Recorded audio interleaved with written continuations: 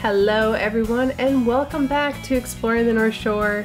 As you've probably noticed, I was set to have, or should have had, an episode last week if I follow my usual pattern of releasing a new episode every other week, but that didn't happen and I do apologize. I have been extremely busy. There's been a lot of things going on in the background and it just kind of escaped me, and then I let it pass by and I was like, okay, I'll just put one out next week. So I do apologize that that happened if you were waiting for a new episode to drop and were sad when it didn't.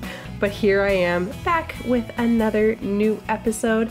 Alright, so before I go on to today's topic, I wanted to kind of jump back to my last episode really quickly, which was the history of the 3 buildings lost in the April 14th fire here in Grand Marais, and do a quick correction, and that is the last name of the second pool hall owner that the Picnic and Pine building used to be.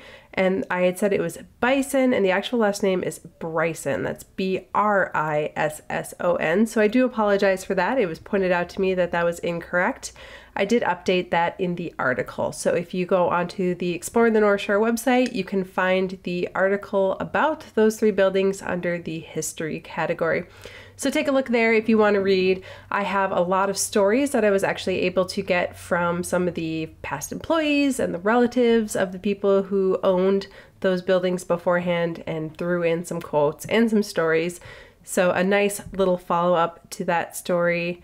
So yeah, check that out. I also want to say that they announced they were closing down the GoFundMe page. Actually, I'm recording this on the 5th of May. This will be released on the 6th, but I'm recording on the 5th, and today is the day they're shutting down the GoFundMe and the fundraiser for the 3 building owners and the business owners, and they have raised over $150,000. So that is just incredible. We are a very tiny, small community. The entire world is in this crazy, economic downfall and hardship, and people are finding ways to give to 3 businesses that they've probably visited. I'm assuming if they gave money, but they may not have known the owners or didn't know them well, or maybe they did, but people are finding ways to give. So huge shout out to everybody, and thank you so much. It really means a lot to the community, and yeah, that's just an amazing dollar amount to have come in for them.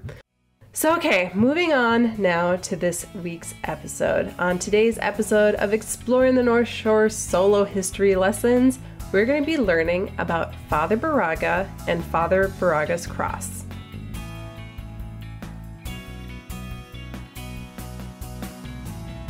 This podcast episode is sponsored by Cascade Vacation Rentals. They know that life has a tendency to be overwhelming at times, and busy schedules often leave people feeling overwhelmed and disconnected.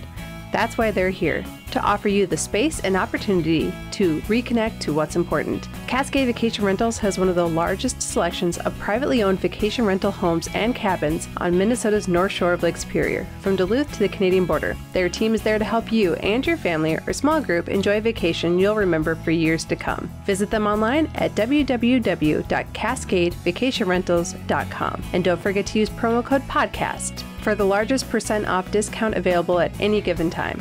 Again, that's www.cascadevacationrentals.com.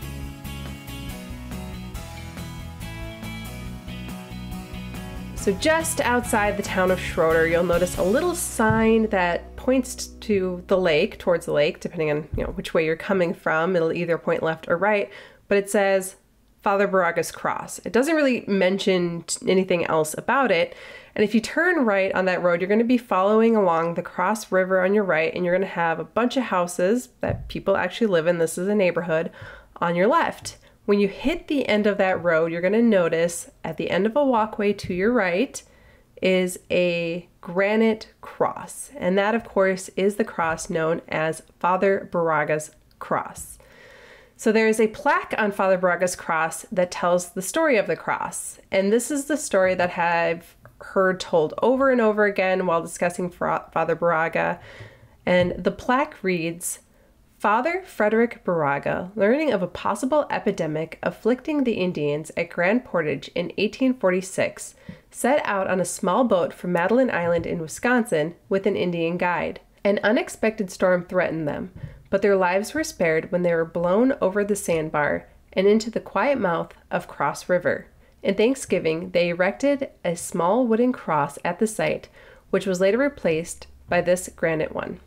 Father Baraga was born in Yugoslavia in 1797, came to the United States in 1830, and devoted his life to the Indians of the Upper Great Lakes. Consecrated a bishop of Upper Michigan in 1853, Bishop Baraga, whose life was filled with heroism and zeal for souls, died January 19, 1868, and his remains rest in the crypt of St. Peter's Cathedral in Marquette, Michigan. So that plaque actually gives you a lot of information about Father Baraga and about that journey and about the origins of the cross, but it doesn't really tell the full story of Father Baraga or even the full story about the origins of the cross and the circumstances surrounding his journey across Lake Superior.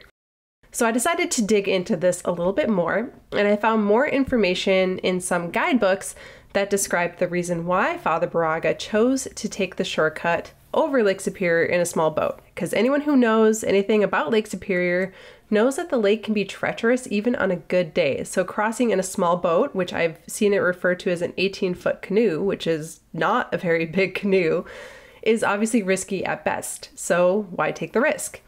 Primarily, it was due to Father Baraga's desire to help and serve the Upper Great Lakes tribes. An epidemic of any sort in a tribal community in the late 1800s could mean many, many deaths, and even the complete elimination of an entire tribe. So Father Baraga was also known as the Snowshoe Priest because he would often trek many miles in the winter months using snowshoes to reach areas that were otherwise unreachable. His dedication to his service has made him a popular figure in the Catholic community. So at the time he set out for Madeline Island, in order to reach the tribe in Grand Portage, there were no roads connecting the two places. So travel by foot would have taken a month or maybe even more, which was possibly too long to arrive in time to help. So, according to an article in Lake Superior magazine published in 2018, quote, "Across Lake Superior, however, there would be only 40 miles to traverse in less than a day. Baraga enlisted a paddling help of a local Ojibwe man, Louis Godin, that's Goudin, and they launched Godin's 18-foot canoe from Sand Island towards the Minnesota shore. Soon a storm arose. For several hours, Godin paddled frantically while Baraga prayed for safe passage. Eventually, a craggy, almost frightening shore appeared before them with no place to land. Louis hesitated, but the priest directed him, 'We will be saved. Go straight on.' And suddenly ahead, they could see a small, calm river." So that river, of course, is known today as Cross River, and it's located just outside the town of Schroeder. But as the story continues, Father Baraga erected a small cross at the site and then continued to Grand Portage. So going back, the journey across Lake Superior was going to take a day, whereas opposed the journey around the lake would take a month. So Father Baraga decided to brave the lake and take an 18-foot canoe out into the middle of Lake Superior, and miraculously he made it across. So at this point, even Lake Superior magazine, that article admits that the story gets a little vague, and it says, and I quote, "He went on to Grand Portage, apparently helping the community," end quote. And that's all it mentions about the Grand Portage and the epidemic that was happening out there. Now, when I posted this story on Facebook, I got a question from a reader about what happened with the epidemic and to the Grand Portage tribe. I read through many articles on Bishop Baraga's life and about the cross and about that journey, and I never did find a reference to the actual epidemic in Grand Portage that wasn't connected to the story of the cross and basically ended with the construction of the cross. And none went on to even say if he reached Grand Portage after his journey, although that has been assumed in many of the articles. Now, since his story carries on with him passing away 22 years later in 1868, we know he eventually did return to Michigan to carry on his service, because he worked for Sault Ste. Marie and in Marquette from 1853 until the end of his life. But there's that missing time period of what happened after he reached the shores of Schroeder. Well, what would eventually become Schroeder. So there's very little to go off of, or at least very little that is easily accessible online. The only place I saw a reference to an epidemic in Grand Portage in 1846 at all, and this doesn't even mention Father Baraga in any way, was in a book titled A Very Remarkable Sickness by Paul Hackett. The book is mostly about epidemics in other areas, but it mentions a mumps outbreak in the Grand Portage area that year, saying, and I quote, 1846 began with an outbreak of mumps that proved life-threatening to several people. This disease had been brought from La Pointe in U.S. territory and south of Lake Superior by some Ojibwe who had traveled there to receive annuities from the Americans. End quote. So the book goes on to say that the mumps epidemic persisted in the Grand Portage area throughout the winter of 1846. So it could be assumed from this that the epidemic Father Baraga was responding to was the outbreak of mumps that had occurred within several northern tribes that year. Now, I couldn't find a reference to how many were affected by the epidemic, nor did the book make any mention of Father Baraga's presence in Grand Portage at that time period. So really what happened during that time and what he did during that time, not very well documented, at least nothing that I could find by Googling online. I'm guessing maybe if I went up to Grand Portage and spoke to someone up there, they might have a little more insight or maybe some other references for me, but I'm unable to do that this time. So unfortunately, that's kind of the answer I have to give, which is I don't know. It appears to have been a mumps epidemic. It appears Father Baraga made it. It appears he did what he went there to do, and it appears he then returned to Michigan, because there's nothing that really mentions that he just turned around and went back, which would seem silly after he just crossed Lake Superior in this like heroic crossing. I mean, one could assume he made it, he helped, and then he went back.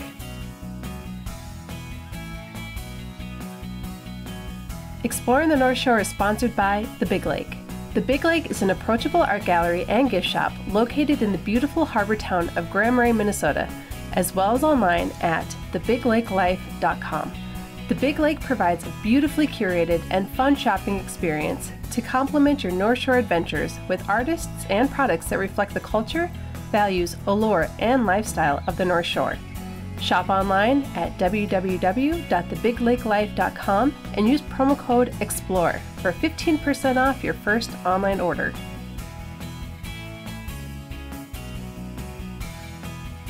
Okay, so now getting back to the cross, that itself has actually been a topic of a very small land boundary issue that happened in 2011.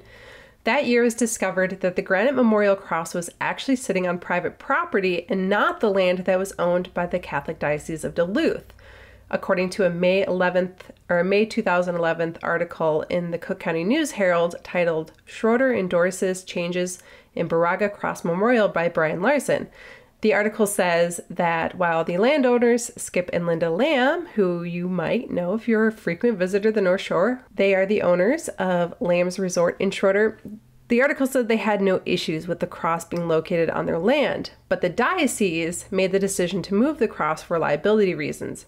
In doing so, they also created a 20-foot wide handicap accessible path leading to the memorial. So if you want to go make a visit and you have some mobility issues, you will have an accessible way to reach the memorial. The area around the cross also features a small beach and a little picnic area. Kind of makes it a nice stop for like a nice summer afternoon picnic as you are heading up the shore. And then Bishop Baraga, as I mentioned before, continued his work in Upper Michigan for most of his life and passed away at the age of 71. In the Lake Superior Magazine article, he is described as being, quote, a genius and spiritually gifted, end quote. He was also described as a minimalist. He is said to only carry a small amount of supplies with him and, gave most of whatever he had to the people he served. 84 years after Bishop Baraga's passing, his journey to sainthood officially began. But it turns out it takes a really long time to be declared a saint because the Marquette Diocese has pursued this ever since, with Bishop Baraga still on the road to sainthood today. So that's kind of where his story is at this time. If you're interested in the process and where he is in the process, you can look up that information on the Marquette Diocese website. They have some information there. But it was really interesting. It would take way too long to kind of get into why it's taken this long to have him be a saint. I didn't really fully understand all of it, and I'm Catholic, so it's a complicated process, but he is on his way and making that kind of trek to sainthood as we speak. Now, if you're a big fan of Father Baraga, the cross in Schroeder isn't the only monument erected in memory of Bishop Baraga. In Lance, Michigan, there is the Shrine of the Snowshoe Priest, which depicts Bishop Baraga holding a cross in one hand and a pair of snowshoes in another. Also, the Baraga Chapel adjacent to St. Peter's Cathedral in Marquette, Michigan. And then in that chapel, there is a series of stained glass windows that tell the story of Bishop Baraga's life, and that includes a pair of snowshoes inset with hand-painted tiles that sits as a reminder of his well-known nickname. Of course, that was the Snowshoe Priest. And then for visitors of the North Shore, you will also see Bishop Baraga depicted in a stained glass window in St. Elizabeth's Catholic Church in Duluth. So if you want to make a Bishop Baraga journey, I guess you could say, definitely check out the church in Duluth, check out the cross, and then why not trek on up to Marquette, Michigan, and kind of see where the rest of his life happened. So that is, as far as I could find in my research, the story of Father Baraga and his interaction with the Grand Portage tribe during the time in 1846. And unfortunately, I wish I could have found more and told you more about what happened after he arrived, but that information just is not out there.